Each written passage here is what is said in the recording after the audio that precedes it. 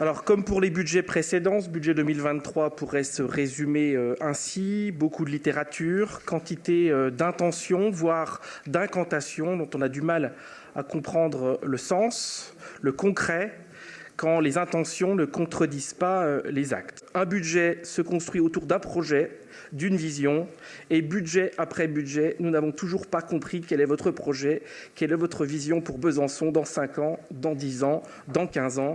Ce budget laisse clairement un goût amer d'immobilisme et de grande inertie par manque de vision et d'ambition.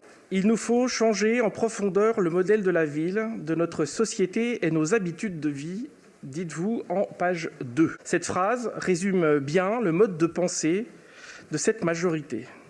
Cette intention de changer les habitudes des Bisontins, de décider à leur place quelles doivent être leurs bonnes habitudes de vie. Le rapport définit ensuite 4 axes, vous les avez cités, autour desquels vous dites décliner vos actions. Premier axe, anticiper, adapter, agir pour le climat et le vivant. Nous soutenons évidemment cette orientation. C'est un impératif.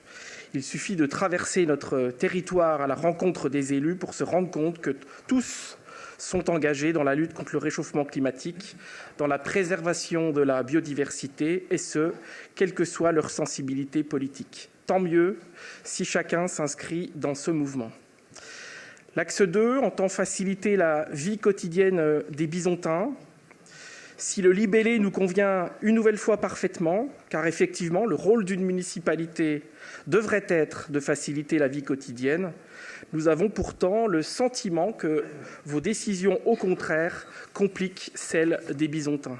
Les dossiers de mobilité et d'aménagement de voiries récents l'illustrent parfaitement. C'est le retour de terrain majoritaire que nous avons. En axe 3, vous énoncez vouloir favoriser le dynamisme et la vitalité de Besançon et encourager l'économie locale. Nous ne croyons pas à l'idéologie de la décroissance.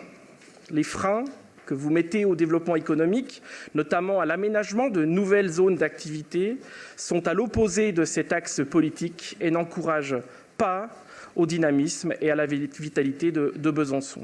Enfin, à l'axe 4, impliquer les habitants et soutenir les associations bisontines. Je le concède volontiers, oui, vous impliquez les Bisontins. Des outils très intéressants ont été mis en place. Cela n'empêche pas de nombreux Bisontins que nous rencontrons de penser que vous ne les écoutez que lorsqu'ils sont d'accord avec vous.